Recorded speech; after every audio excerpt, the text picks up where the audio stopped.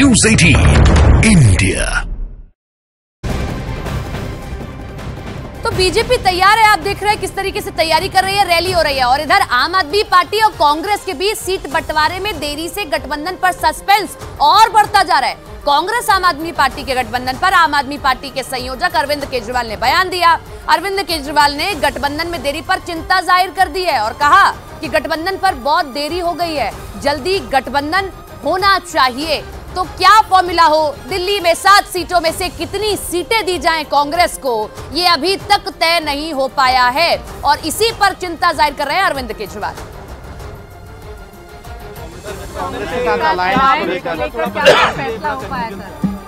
देखिए अगले 1-2 दिन में क्या होगा सर, लेकिन सपा के साथ अनाउंस हो गया है। आपको लग रहा है कि अब तो कल जल्दी अनाउंस हो जाए तो क्लियर हो जाए, क्योंकि डिले हो जाए। बहुत डिले हो गया है, बहुत डिले हो गया है, जल्दी होना चाहिए। कल घोषणा हो जाएगी क्या? पता नहीं।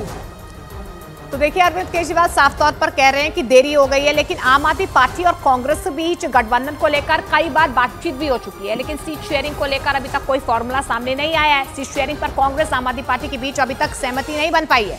सूत्रों के मुताबिक कांग्रेस दिल्ली की 7 सीट में से 4 सीटें चाहती है। सूत्रों का यह भी कहना है कि आम आदमी पार्टी दिल्ली में कांग्रेस को 2 सीट देने को तैयार है। वहीं पंजाब में कांग्रेस और आम आदमी पार्टी ने आपसी सहमति से अलग अलग चुनाव लड़ने का फैसला कर लिया है। सूत्रों की माने तो हरियाणा, असम में कांग्रेस आम आदमी पार्टी को 1 सीट दे सकती है। और इन सबके बीच एक बहुत बड़ी खबर आपको बता दें, यूपी की सियासत से जुड़ी, जहां पर यूपी के बीजेपी अध्यक्ष भूपेंद्र चौधरी की मुलाकात होती है रघुराज प्रताप उर्फ राजा भैया से। ये मुलाकात राजा भैया के लखनऊ आवास पर हुई। सूत्र ये कह रहे हैं कि बीजेपी राज्यसभा चुनाव को लेकर रणनीति सेट करने के लिए राजा भैया के पास पहुंची। राजा भैया की पार्टी जनसत्ता दल लोकतांत्रिक के पास 2 विधायक हैं और आपको बता दें 27 तारीख को होना है राज्यसभा का चुनाव। और ऐसे में ये मुलाकात किस ओर इशारा कर रही है? 2 जो विधायक हैं, क्या वो भी राज्यसभा उम्मीदवार जो बीजेपी का उसके लिए वोटिंग करेंगे? और बड़ी खबर आपको बताते हैं, गुलमर्ग में खेलो इंडिया विंटर गेम्स का आगाज हो गया है। उपराज्यपाल मनोज सिन्हा ने गुलमर्ग में खेलो इंडिया शीतकालीन खेलों के 4थे सीजन का उद्घाटन किया है।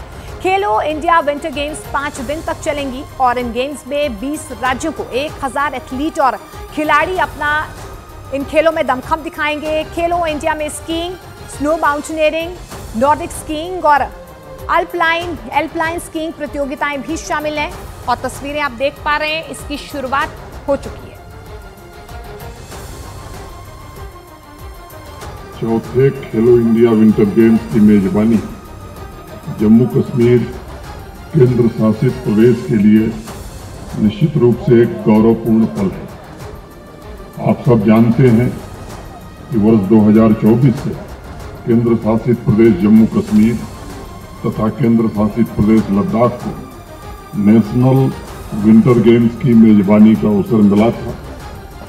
आइस संबंधी इवेंट जैसे स्नो स्केटिंग, आइस हॉकी तथा कर्लिंग लद्दाख में तथा snow sports events Jammu Kashmir में आयोजित हो रहे हैं। और हिमाचल प्रदेश के कुल्लू जिला में भारी बर्फबारी हुई है, जिससे वहां पर हर तरफ बर्फ ही बर्फ दिखाई दे रही है। बर्फबारी के चलते 2 नेशनल हाईवे पर यातायात पूरी तरह से बंद हो गया। पर्यटकों के लिए भी प्रशासन ने एडवाइजरी जारी की है। मौसम विभाग ने बारिश, बर्फबारी और ओलावृष्टि का येलो अलर्ट जारी कर दिया है। 24 फरवरी तक मौसम खराब रहने की संभावना जाहिर की गई है। तो ये तस्वीरें आपने देखी हिमाचल की, और अब हम आपको जम्मू कश्मीर की तस्वीर दिखा रहे हैं। गुलमर्ग की ये वादियां किस तरीके से बर्फ से ढक चुकी हैं। जम्मू कश्मीर के ऊंचाई वाले इलाकों में बर्फबारी हो रही है।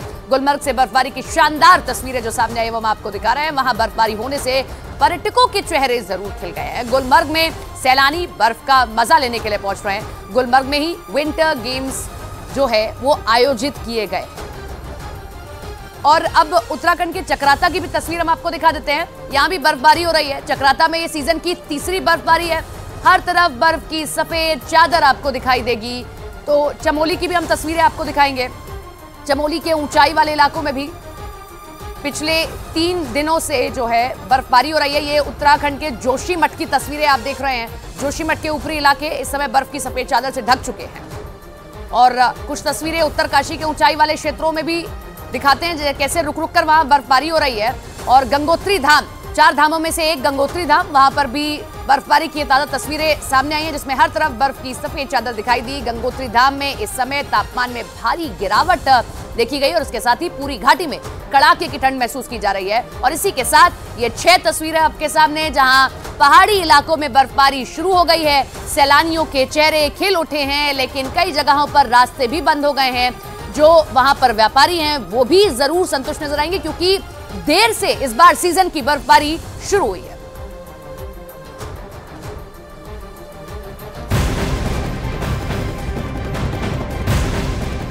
और इस बीच बड़ी खबर आपको बता दें, महाराष्ट्र के पुणे से बरामद हुए करोड़ों रुपए के ड्रग्स के मामले से जुड़ी इस वक्त की बहुत बड़ी खबर सामने आ रही है। पुणे ड्रग्स मामले में पुलिस अंडरवर्ल्ड और टेरर एंगल की जांच में जुट गई है।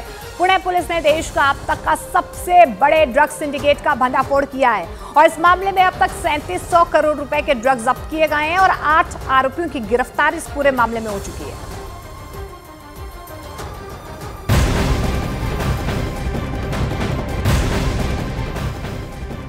और ड्रग्स मामले में महाराष्ट्र की पुणे पुलिस पूरे एक्शन में दिखाई दे रही है।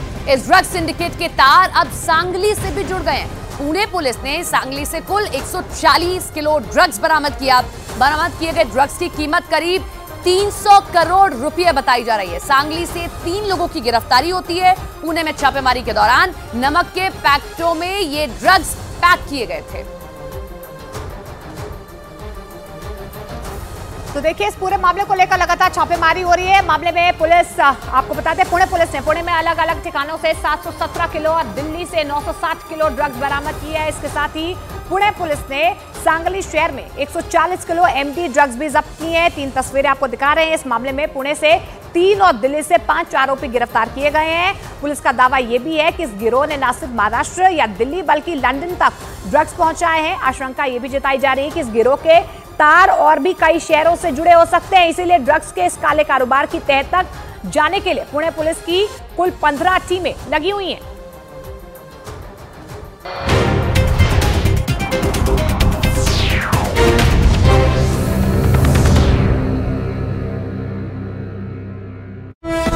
प्रदर्शनकारी किसानों ने हवा में उड़ते इन ड्रोन को जमीन पर गिराने के लिए शंभू बॉर्डर पर पतंगे उड़ानी शुरू कर दी ताकि पतंगों के मांझे में फंसाकर इन्हें गिराया जा सके। वहां से आई एक तस्वीर में आसमान में उड़ते ड्रोन के पास एक पतंग उड़ती नजर आई। ड्रोन को मांझे में उलझाने के लिए पतंग उसके आसपास उड़ती रही। कभी वो दाईं तरफ तो कभी बाईं तरफ जाती नजर आई। हालांकि लाख कोशिश करने के बाद भी ड्रोन पतंग के मांझे में नहीं फंसा। इससे पहले 13 और 14 फरवरी को भी इसी तरह आंसू गैस के गोले गिराने वाले ड्रोन को गिराने के लिए किसानों ने पतंगों की मदद ली थी।